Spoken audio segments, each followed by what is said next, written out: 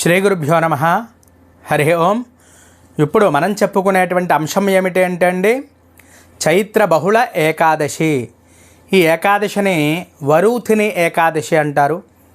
ఈ వరూధిని ఏకాదశి చేయడం వల్ల ఫలితం ఏమిటి, ఎందువల్ల చేయాలి, ఇది చేయడం వల్ల మనం పొందేటువంటి ఫలితాలు ఏమిటి అనేది ఈ పూర్తి వీడియో చేసి మన ఛానల్లో అయితే నేను పోస్ట్ చేయడం జరిగింది.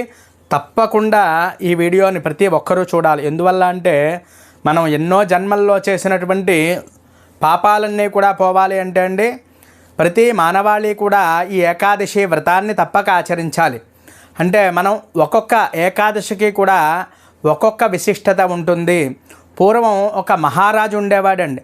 ఆయన ఎన్నో బాధలు అనుభవించి గత జన్మల్లో చేసినటువంటి పాపాలన్నీ కూడా తొలగించుకోవడం కోసం ఈ వ్రతాన్నంతా కూడా ఆచరించాడు. ఆయన పేరు మాంధాత మహారాజు.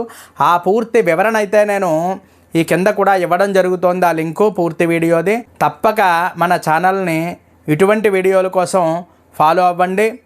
ఈ వీడియో మీకు నచ్చినట్లయితే లైక్ చేయండి, కామెంట్ చేయండి. ఇంకా ఎవరైనా మన ఛానల్ సబ్స్క్రైబ్ చేయకపోతే తప్పక సబ్స్క్రైబ్ చేయండి. హరి ఓం దత్సతు. స్వస్తి.